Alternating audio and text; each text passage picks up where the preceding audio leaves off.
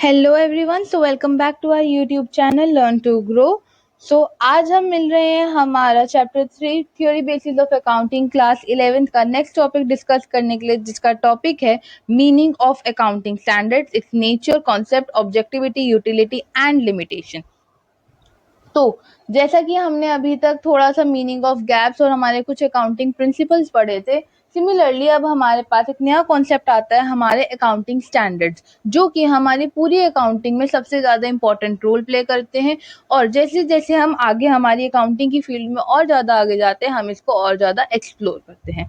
पर सिंस अभी हम क्लास 11 के अकॉर्डिंगली हम यहाँ पे मिले हैं, तो हम यहाँ पर क्लास 11 के कॉन्टेक्स्ट में बात करेंगे कि बेसिस क्या होते हैं इनके, मतलब एग्जैक्ट मीनिंग क्या होता है हमारे अकाउंटिंग स्टैंडर्ड्स का, इनका क्या नेचर, कॉन्सेप्ट रहता है।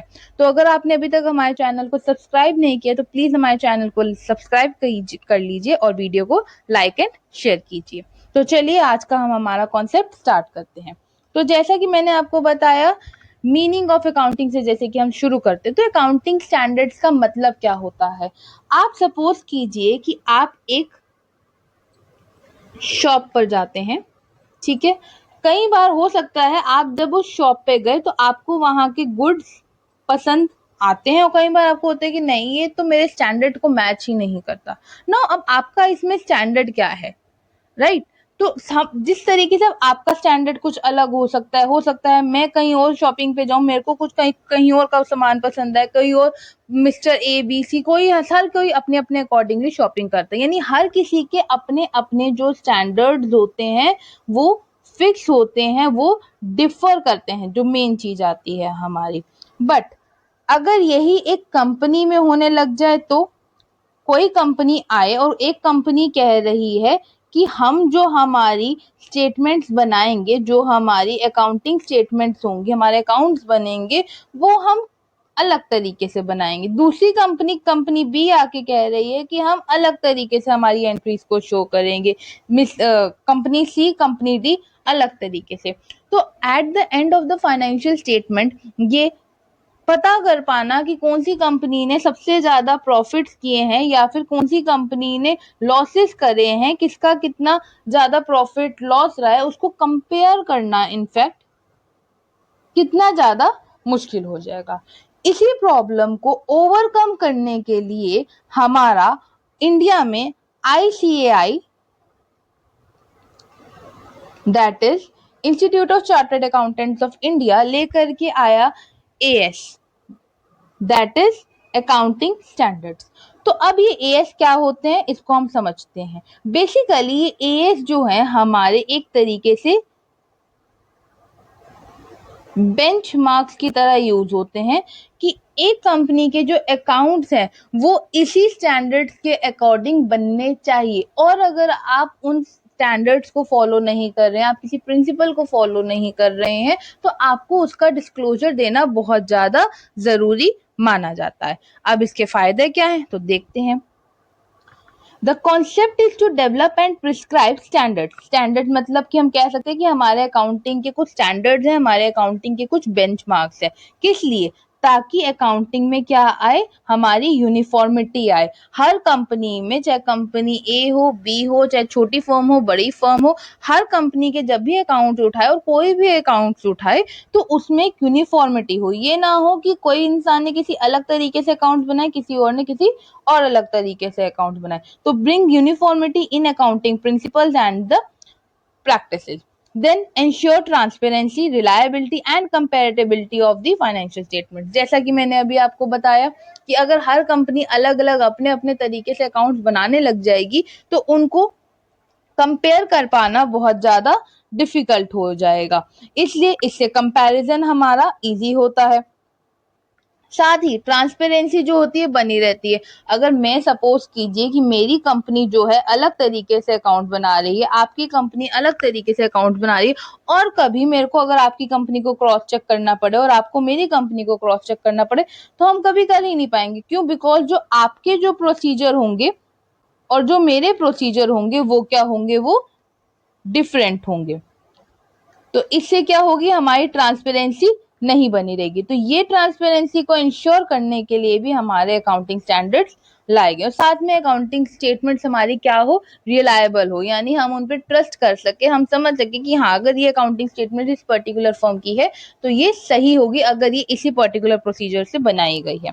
Then also it helps in decision making by providing relevant and faithful information। Since जैसे कि ये रिलायबल होगी, कंपेरेबल भी होगी, तो इससे हमारी जो डिसीजन मेकिंग होगी, हम एक निष्कर्ष पे पहुंच पाएंगे कि कौन सी कंपनी ने एक्चुअल में प्रॉफिट किए हैं, नहीं किए हैं, या फिर किसी में कुछ फ्रॉड्स हैं हुए हैं, तो वो सब भी हम पता इजीली लगा पाएंगे। तो इससे हमें एक रेलेवेंट और फेथफुल इंफॉर्मेशन मिलेगी।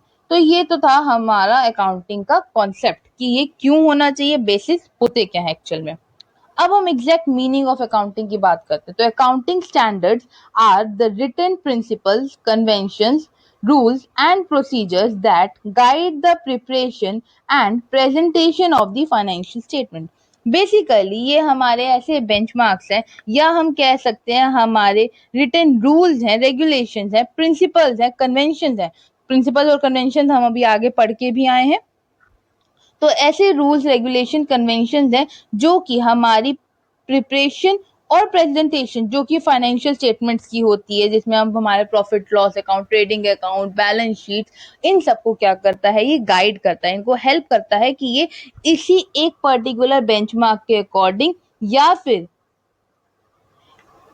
वो इनके स्टैंडर्ड्स को मीट करे। किसके स्टैंडर्ड्स को मीट करे? जो हमारे आईसीआई ने जो अपने स्टैंडर्ड्स बताए, जैसे आपने बताया कि मेरे को मेरे स्टैंडर्ड तो कोई भी पर्टिकुलर XYZ दुकान है, कोई गुची का स्टोर है, मेरा स्टैंडर्ड तो गुची के स्टोर से ही कपड़े खरीदना है, दैट इज माई स्टैंडर्ड। ठीक है, तो सिमिलरली आपका जैसे स्टैंडर्ड अगर गुची के स्टोर से, तो उनका भी कुछ स्टैंडर्ड है कि हमारी जो अकाउंटिंग इन्फॉर्मेशन होगी वो इसी स्टैंडर्ड के बतौर ही हमारी अकाउंटिंग बनाई जानी चाहिए। तो एक बार हम समझ लेते हैं, accounting standard are the written principles, conventions, rules, procedures जो कि गाइड करते हैं किसको, preparation and the presentation of the financial statements को।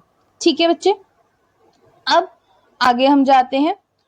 तो these are formulated by an expert body, जैसा कि मैंने आपको बताया कि आईसीआई द्वारा फॉर्मुलेटेड है, यानी इसमें सारे हमारे जितने भी चार्टर्ड अकाउंटेंट हैं वो सारे एक्सपर्ट्स हैं। ठीक है, then it is based on the study, experience and the best practices. ऐसा नहीं हुआ कि रातों रात उठ के हमारे किसी का मन में आए कि चलो आज अकाउंटिंग स्टैंडर्ड्स बनाते हैं, तो बैठ के सबने बनाए, नहीं। ऑब्वियसली एक्सपीरियंस हुआ, लोगों को प्रॉब्लम्स आई जब सबकी अकाउंटिंग स्टेटमेंट्स मिसमैच हो रही थी, फ्रॉडुलेंट प्रैक्टिसेस हो रही थी, ट्रांसपेरेंसी खत्म होती जा रही थी, अनयूनिफॉर्मिटी आ रही थी। तो क्या हुआ, ये हमें एक्सपीरियंस हुआ, स्टडी की गई, और उसमें से हमने हमारी बेस्ट प्रैक्टिस को क्या किया, अडॉप्ट किया। Relate to the general purpose of the financial statement. इसमें कोई हार्ड एंड फास्ट रूल नहीं है, कुछ अलग से नहीं है। सिंपली जो आपका अकाउंटेंट हमारी कंपनी में अकाउंटिंग करता है, उसको जनरली इन फाइनेंशियल स्टेटमेंट्स को बनाने के लिए हमारे एएस को फॉलो करना है, सिंपल। इससे यूनिफॉर्मिटी और कंसिस्टेंसी जो है बनी रहती है। जब सबके अकाउंटिंग स्टेटमेंट्स एक तरीके से ही, समान रूपी तरीके से ही बनी होगी, तो उसमें क्या आएगी, यूनिफॉर्मिटी भी बनी रहेगी, कंसिस्टेंसी भी बनी रहेगी। साथ ही ये फ्लेक्सिबल है, कैसे, as it allows professional judgement where needed. जैसा कि हमने हमारे वीडियो में समझा था कि हम एज ए लीगल एविडेंसेस भी हमारी फाइनेंशियल स्टेटमेंट्स को यूज कर सकते हैं। तो अगर उसके अंदर यूनिफॉर्मिटी होगी तो हम उसको प्रोफेशनल जजमेंट्स के लिए भी यूज कर सकते हैं। इनफैक्ट जब ऑडिट होता है, जब एक सीए कंपनी में जाके ऑडिट करता है, तो उसके लिए भी इजी हो जाएगा फाइंड आउट करना कि कहीं उसमें कुछ फ्लॉज ना हो। Then evolve the changes in business environment. इसमें क्या होता है कि जो बिजनेस इन्वायरमेंट में भी जो चेंजेस आ रहे हैं, उसके साथ साथ भी हमारी जो अकाउंटिंग स्टेटमेंट्स है वो बदलती रहती है। अगर किसी एएस में अगर कोई फर्क आएगा तो आपकी कंपनी में भी वो आएगा, और एएस में क्या, अगर किसी बिजनेस इन्वायरमेंट में कोई चेंज आया, तो इससे आपकी अकाउंटिंग स्टेटमेंट होगी वो बिजनेस इन्वायरमेंट के साथ साथ चलेगी।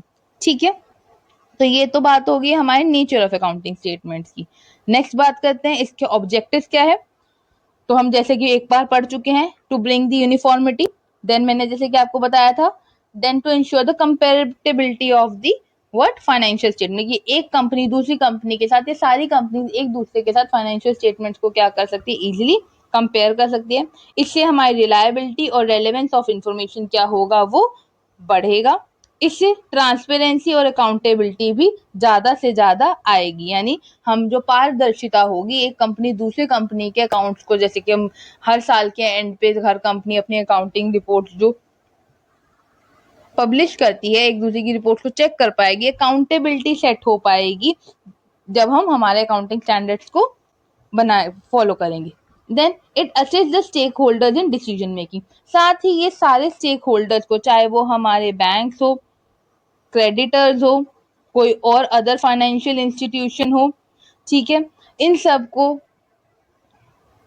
इन्वेस्टर्स मोस्ट इम्पॉर्टेंटली, इन सबको डिसीजन मेकिंग लेने में भी ये हेल्प करती है। अगर हर कंपनी अलग तरीके से अपने अकाउंट्स बनाएगी तो ऑब्वियसली हर स्टेक होल्डर के लिए ये जान पाना पॉसिबल नहीं है कि कौन सी कंपनी में क्या रूल्स फॉलो हो रहे हैं। तो सिंपली अगर उन्हें पता होगा, उन्हें फाइनेंशियल स्टेटमेंट्स को गो थ्रू करना आता होगा, तो वो हर कंपनी की फाइनेंशियल स्टेटमेंट्स को इजिली गो थ्रू कर पाएंगे और एक डिसीजन ले पाएंगे। तो ये हमारे स्टेक होल्डर्स को भी हेल्प करता है। तो हमने कितने पढ़े हैं? 5 ऑब्जेक्टिव्स पढ़े हैं। One is uniformity, then comparability, reliability, transparency and accountability, and then the stakeholders in assist the stakeholder in decision making. ठीक है।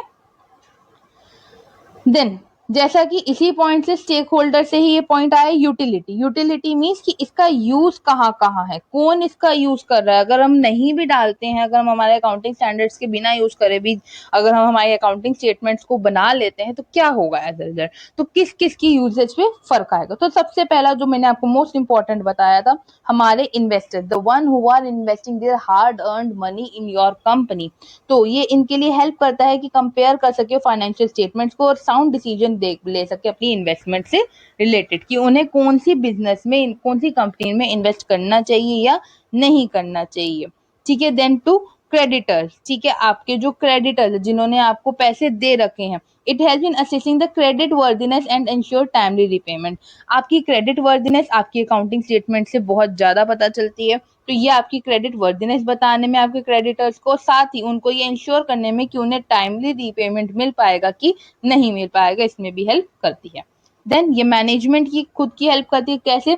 ये प्रोवाइड करती है systematic framework for a better planning, control and performance evaluation. जैसा कि अगर हर management के इंसान को पता होगा कि हाँ हमारी अकाउंटिंग स्टेटमेंट्स किस वे में बनने वाली है, तो इससे एक सिस्टमैटिक फ्रेमवर्क हमारी कंपनी में बना रहेगा, जिससे कि एक बेटर प्लानिंग हो पाएगी, कंट्रोलिंग हो पाएगी और परफॉर्मेंस वैल्यूएशन भी हो पाएगा, और इससे रिलेटेड ही करेक्टिव एक्शंस भी आप इजीली ले पाएंगे। ठीक है। Then to the government for useful taxation regulation, policy formulation and national accounting, कि अगर हमारी गवर्नमेंट को भी अगर ऑब्वियसली हमारी अकाउंटिंग सबकी एक तरीके से होगी तो उस पर टैक्स लिवाय करना भी इजी होगा। नहीं तो अगर हर किसी की अकाउंटिंग स्टेटमेंट में कैलकुलेशंस अपने अपने तरीके से होगी तो ऑब्वियसली जो टैक्स लगेगा वो भी क्या होगा, हर किसी पे अलग तरीके से लगेगा। इसमें फ्रॉडुलेंट प्रैक्टिस अलग से वापस होने का बहुत ज्यादा चांसेस है। हो सकता है कि कोई कंपनी अपने प्रॉफिट्स को कम दिखा करके टैक्सेस अपने बचाने की कोशिश करे। ठीक है। तो ऐसी प्रैक्टिसेस ना हो, तो गवर्नमेंट को यूजफुल टैक्स रेगुलेशंस बनाने के लिए, नई पॉलिसीज लाने के लिए और नेशनल अकाउंटिंग में भी हेल्प करता है। देन हम बात करते हैं हमारी नॉर्मल पब्लिक की। ठीक है। तो ये प्रमोट करता है confidence and accountability in reporting by business entity, कि जब फाइनेंशियल ईयर के एंड में जब एक बिजनेस एंटिटी रिपोर्टिंग करती है तो उसमें क्या बनी रहती है, उससे कॉन्फिडेंस और एक अकाउंटेबिलिटी आती है। तो ये बात हुई हमारी यूटिलिटी ऑफ अकाउंटिंग स्टेटमेंट्स की, सॉरी अकाउंटिंग स्टैंडर्ड्स की, जो की है to investors, to creditors, to management, to governance and to public. Then the standards cannot cover, जब इसके कुछ लिमिटेशंस भी आती है, जैसे कि हमने बताया कि हर चीज के कुछ प्रोज होते हैं तो कुछ कॉन्स भी होते हैं, तो इसके कुछ लिमिटेशंस भी obviously. Standards cannot cover every situation. अब ये जो स्टैंडर्ड्स हैं ये हर सिचुएशन में जरूरी नहीं है कि आप फॉलो कर ही पाए। कई बार कुछ सिचुएशन ऐसी भी आएंगी जहां पर ये स्टैंडर्ड फॉलो नहीं हो पाते हैं। देन इनफ्लेक्सिबल एप्लीकेशन में not suitable in special cases, कई बार केसेस स्पेशल होते हैं तो वहां पे ये इससे मिलता जुलता ही कुछ पॉइंट है कि कई बार कुछ केसेस ऐसे होंगे, कुछ कॉम्प्लेक्स केसेस होंगे जहां पे हमारा स्टैंडर्ड्स अप्लाई करना थोड़ा मुश्किल होता है। Then compliance increases cost and effort, इससे कई बार कॉस्ट और एफर्ट भी हमारे बढ़ जाते हैं। Professional judgement is necessary, obviously जब आप एएस बनाते हैं तो आपको इसमें प्रोफेशनल जजमेंट यानी कि सीए सीएस का रोल जो होता है हमारा बढ़ जाता है। Standards are revise may become outdated, अब जैसे कि हमने बताया था यहाँ वाले पॉइंट में कि ये इवॉल्व होते रहते हैं बिजनेस इन्वायरमेंट के साथ ही, जैसे जैसे बिजनेस इन्वायरमेंट में चेंज आएगा तो हमें हमारे अकाउंटिंग स्टैंडर्ड्स को भी बदलना पड़ेगा। तो स्टैंडर्ड्स होते रिवाइज होते रहते हैं, नहीं तो ये क्या बन जाएंगे, आउटडेटेड बन जाएंगे। ठीक है, और डू नॉट गारंटी सक्सेस और प्रॉफिटेबिलिटी ऑफ ए बिजनेस, जैसा कि मैंने आपको बताया कि इसका बिजनेस की प्रॉफिटेबिलिटी से सक्सेस से कुछ लेना देना नहीं है, these are just made for ensuring the uniformity and to ignore all types of fraudulent practices in a business. तो इससे कोई सक्सेस या प्रॉफिटेबिलिटी बिजनेस में होगी या नहीं होगी इसका कुछ पता नहीं लगता है। ठीक है, तो अब हमने क्या समझ रहे हैं कि अकाउंटिंग स्टैंडर्ड्स क्या होते हैं, ये बैकबोन होते हैं किसके, ऑफ क्वालिटी फाइनेंशियल रिपोर्टिंग की, जो क्वालिटी है फाइनेंशियल रिपोर्टिंग की उसके लिए क्या है, बैकबोन है। इससे हमारी जो फाइनेंशियल स्टेटमेंट्स है इसमें यूनिफॉर्मिटी आती है, रिलायबिलिटी आती है और कंपेरेटिबिलिटी आती है। आप याद रखिएगा ये आपके लिए कीवर्ड्स हैं, which build the trust among the stakeholders and the support sound economic decision, और साथ ही इकोनॉमिक डिसीजन लेने में भी हेल्पफुल रहता है। कुछ एग्जाम्पल्स देखते हैं जो कि हमारे अकाउंटिंग स्टैंडर्ड्स में कवर किए जाते हैं, क्या होते हैं वो। Valuation of assets and liability, जब आपके वैल्यूएशन होता है एसेट्स और लायबिलिटी का तब हमारे वो एएस के एज पर ही होता है। देन रेवेन्यू रिकॉग्निशन की जब हम बात करते हैं, प्रेजेंटेशन एंड डिस्क्लोजर, जैसा कि हम कि आपकी अकाउंटिंग स्टेटमेंट किस वे में प्रेजेंट की जानी चाहिए और कैसे उनको डिस्क्लोजर किया जाना चाहिए, किन बातों का डिस्क्लोजर होना चाहिए, किन बातों का डिस्क्लोजर नहीं होना चाहिए। ठीक है, अकाउंटिंग पॉलिसीज जो हमने अभी पढ़ी थी।